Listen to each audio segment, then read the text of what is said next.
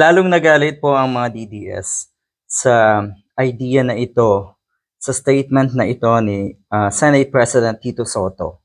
Sabi ng mga diehard, nagmamadaling ma-impeach daw si Sara Duterte. Gusto daw nila na ma-impeach agad si Sara Duterte.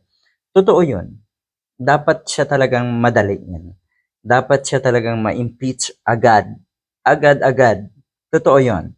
Dahil walang puwang sa ating gobyerno yung mga katulad niya. Kaya dapat talaga ay agad-agad. Kasi sa ngayon, ang dami pang nauuto neto ha. May lumabas na video ngayon na kuno ay walang credibility yung mga nag-file ng impeachment complaint laban sa kanya at yun daw ay mga pawang political harassment, paninira, at yung articles of impeachment daw na isinubmit ay mukhang wala namang mga ebidensya daw. Ganyan. So, diyan pa lang makikita natin, marami pa rin or meron pa rin talagang napapaniwala etong isang ito. Kaya dapat lang na madaliin dahil baka dumating pa sa punto na marami pang mabudol ang isang ito. Huwag nang patagalin. Kailangang matapos ito sa pinakamabilis na paraan.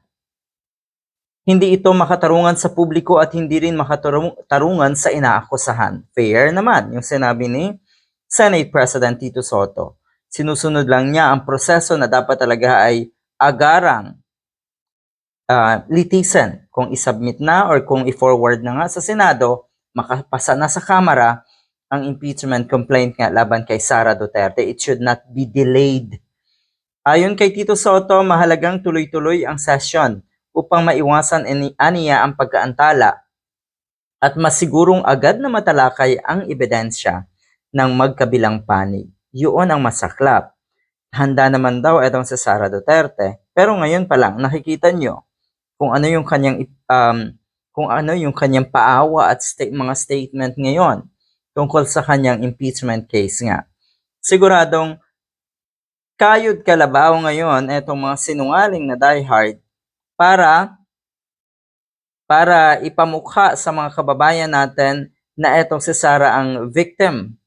Etong si Sara Duterte ang biktima dito.